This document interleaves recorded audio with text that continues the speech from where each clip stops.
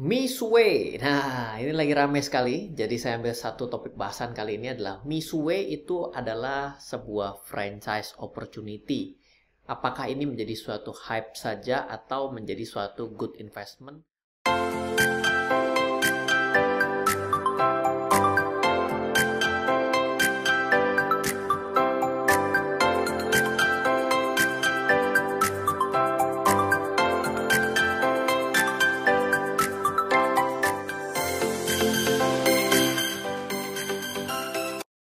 Misue. Nah, ini lagi rame sekali. Jadi saya ambil satu topik bahasan kali ini adalah Misue itu adalah sebuah franchise opportunity.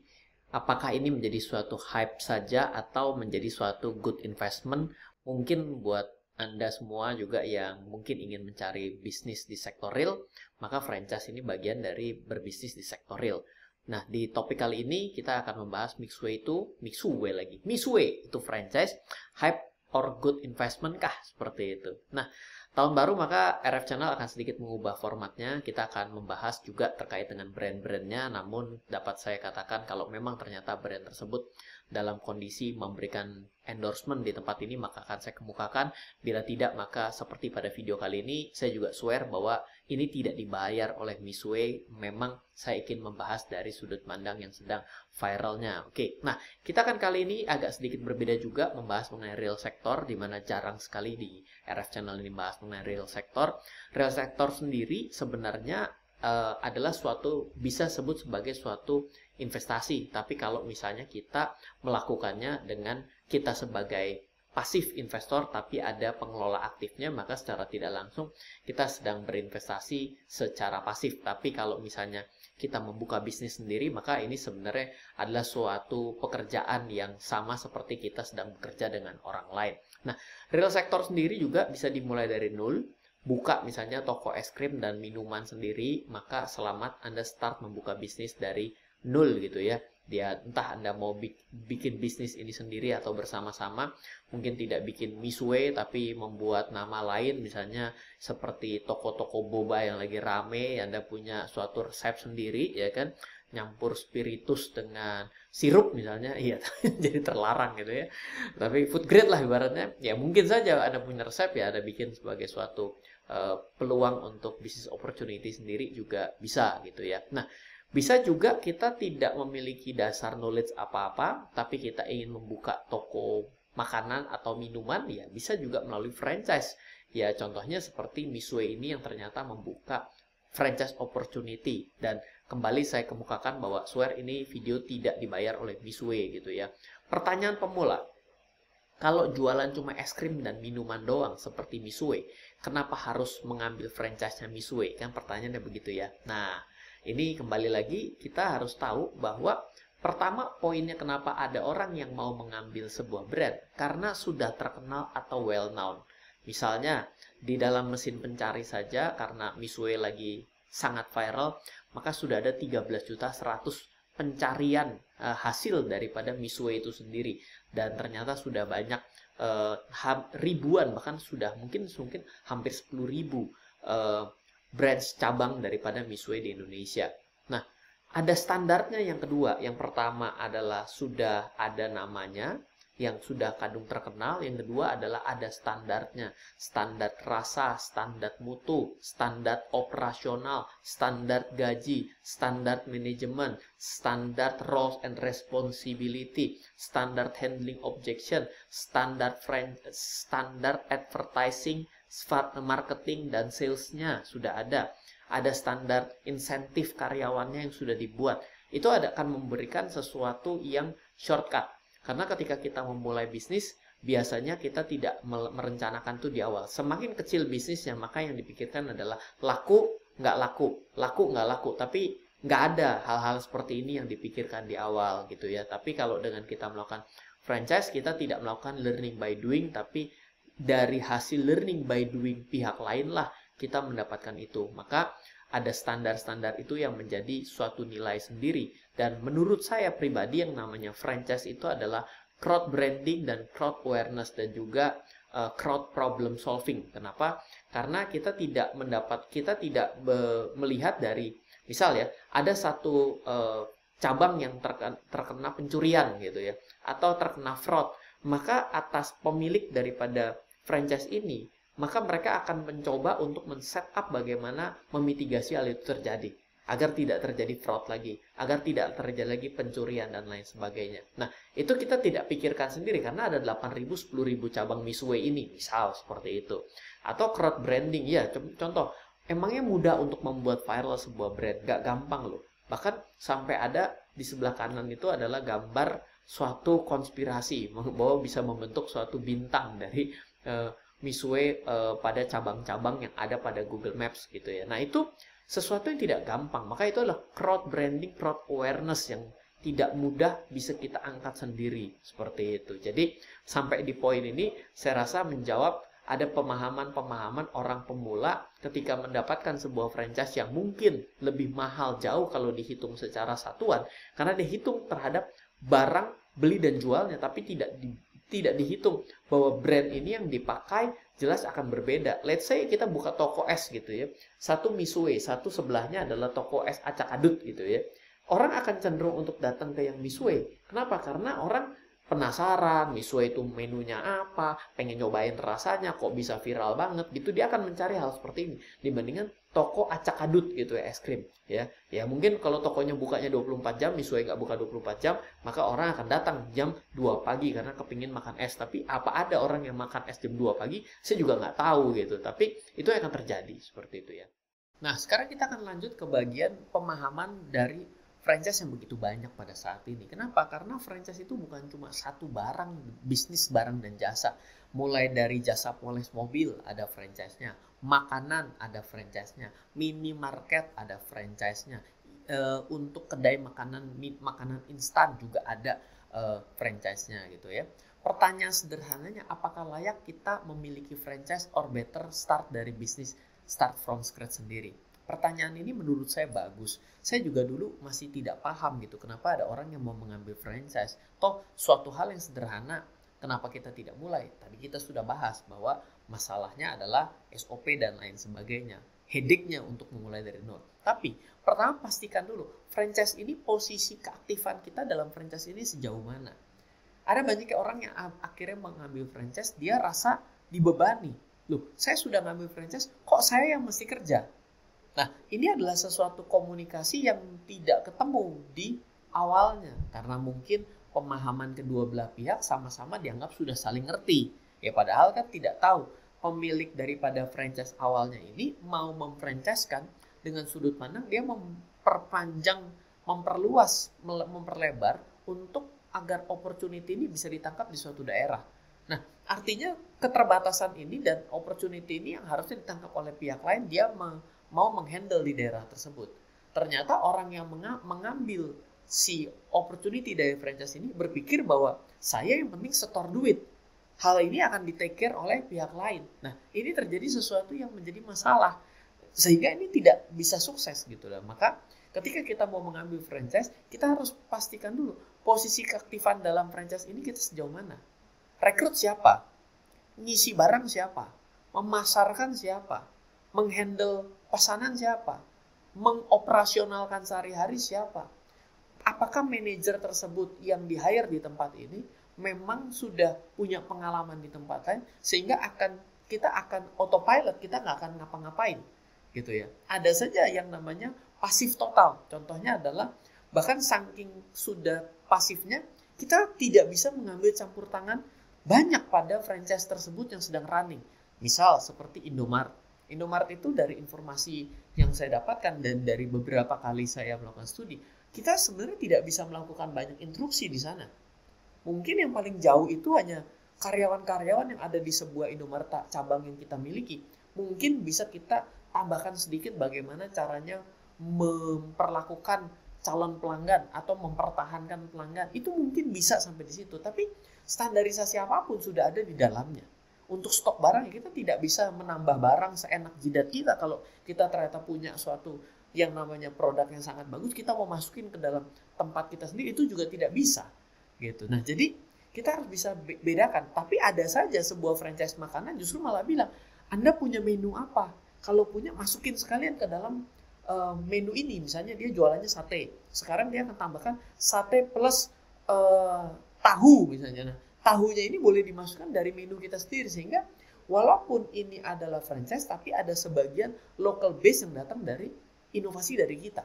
Nah, tapi ada franchise yang tidak memperkenankan itu terjadi gitu. Jadi kita harus bisa tahu di awal agar kita tidak salah langkah. Nah, atau justru ada yang paling repot, kita justru harus operasikan sendiri.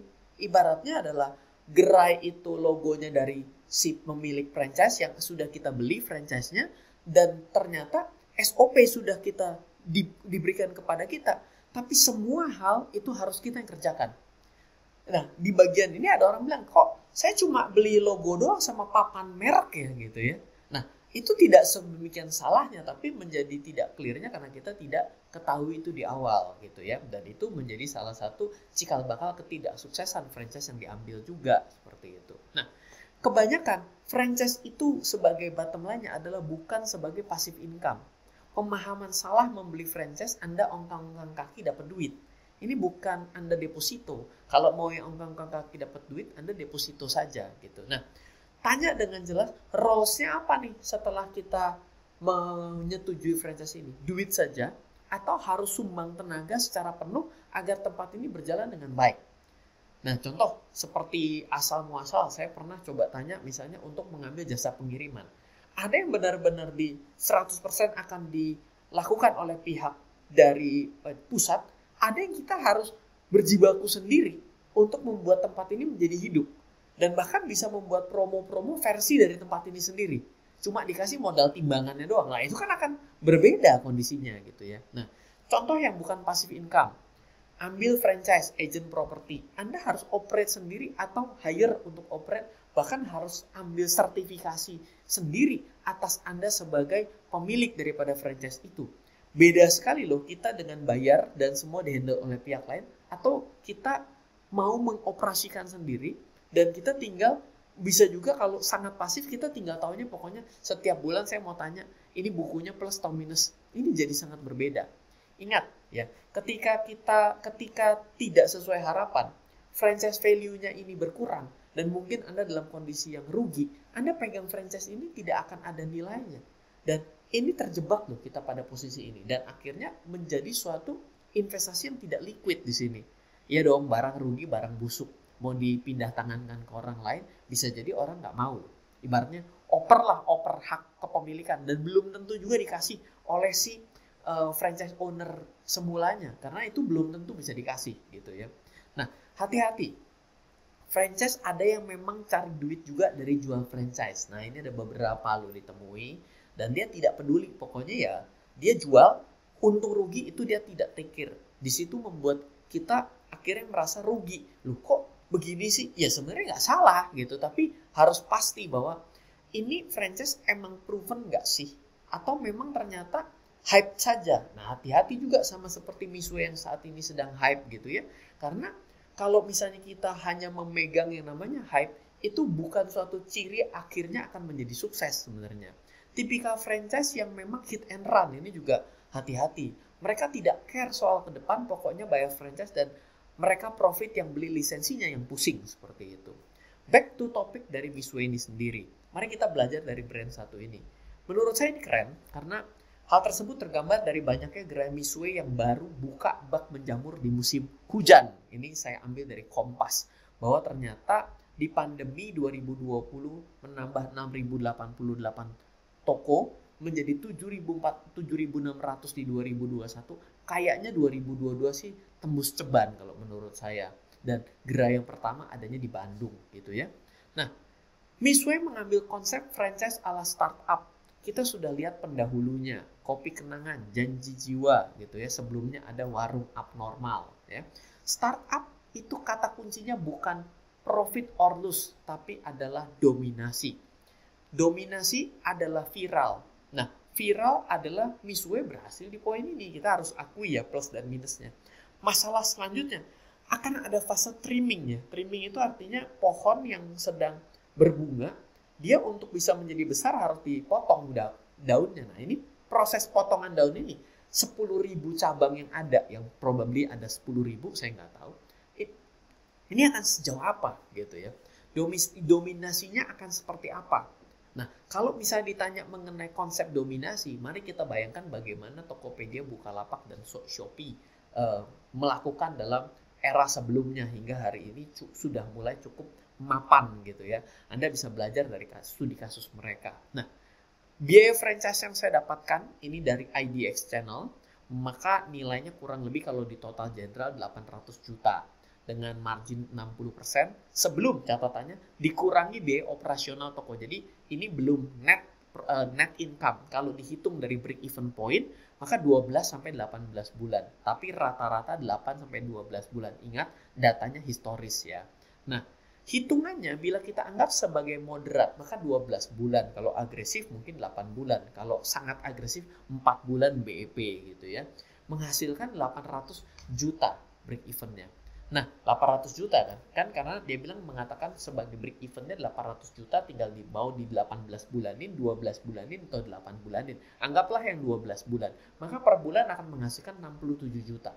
Menurut saya bukan suatu angka yang jelek. Kenapa 8%, 10% bisa di-achieve dalam 1 bulan, itu bukan suatu hal yang jelek gitu ya. Bahkan untuk bisa bikin orang trading konsisten 5% aja bukan suatu perkara yang mudah gitu ya. Tahun 2022 untuk Desember itu kinerja trading saya nggak terlalu bagus gitu ya dari portofolio trading saya. Nah, di atas kertas bukan ilustrasi yang jelek, tapi saya punya beberapa catatan untuk seperti Miss Wei ini. Pertama, gerai yang dibuka begitu ekspansif akan mengkanibal gerai sendiri di tempat yang berdekatan. Karena kan tadinya jaraknya 20 kilo misalnya, tiba-tiba jadi 10 kilo. Berarti kan akan terjadi berbagi kue antara yang 20 kilo sendiri menjadi 10 kilo, 10 kilo berarti menjadi terbagi dua secara tidak langsung. Benar nggak?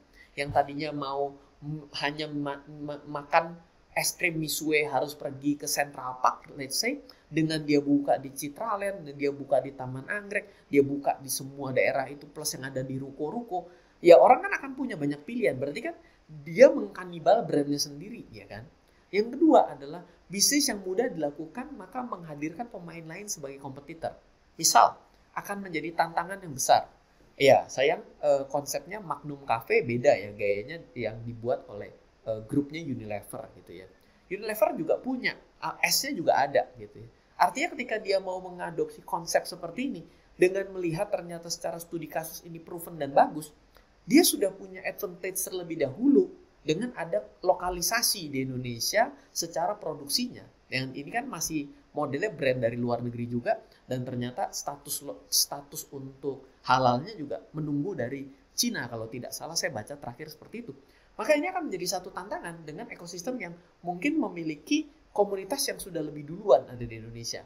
Maka ya samalah seperti Tokopedia dengan gaya modelnya beli-beli. Ini kan berbeda sekali, gayanya beda gitu ya. Nah, ini juga akan menjadi sesuatu yang akan menjadi suatu tantangan bisnis yang mudah dilakukan dengan jualannya yang tidak memiliki suatu ciri yang sangat spesifik dan mudah untuk diduplikasi, maka akan menghadirkan pemain lain sebagai kompetitor. Please consider buat itu. Selanjutnya, kenaikan harga sewa tempat dan biaya operasional bisa menggerus juga net yang saat ini terjadi. Jadi dengan 3 poin ini, maka mungkin akan menjadi trade-off-nya 12 bulan akan menjadi 24 bulan. 24 bulan akan menjadi 36 bulan. Dan jangan lupa ketika kita bikin menjadi 36 bulan, sebelum nyampe 24 bulan akan terkena biaya sewa yang naik. Nah, ketika kita kunci sewa di depan yang lama, misal dibikin 3 tahun, tantangannya akan investment cost di awal akan meningkat. Ya dong, saya mau kunci 5 tahun. Kalau saya kunci 5 tahun, apakah saya yakin itu akan bisnis ini? Dengan saya harus sewa 150 juta, let's say, kali 5, 750 juta. 750 juta ditambah 650 juta. Berarti kan otomatis saya sudah harus menaruh uang 1,4 miliar. Betul nggak? Untuk satu cabang, satu gerai. Berarti kan investment cost-nya akan membesar kan? Dengan investasi yang membesar ini dan lama waktu break even-nya menjadi mundur, maka secara otomatis ini kan akan memperkecil potensi percentage dari income per bulan yang bisa diraih kan. Itu akan menjadi suatu hal yang berbeda juga di sana. Jadi poin-poin ini mungkin ya sekali lagi kalau dari saya pribadi ya, saya orang yang suka men-take over, bukan men-start dari satu tempat gitu. Kalau start dari satu tempat itu seperti lebih kepada spekulasi dibandingkan berinvestasi gitu ya. Ini sekali lagi tidak hanya karena Misway, tapi pada hal yang lain saya juga lakukan seperti itu. Kalau jalan, bukunya gampang dibaca. Tapi kalau belum jalan, buku mau dibaca itu semua tergantung proposal. Dan coba saja bikin proposal. Jangan jauh-jauh bikin proposal acara, melesetnya sejauh apa? Coba dites. Kira-kira seperti itu. Anyway, itu mungkin satu perspektif dari saya.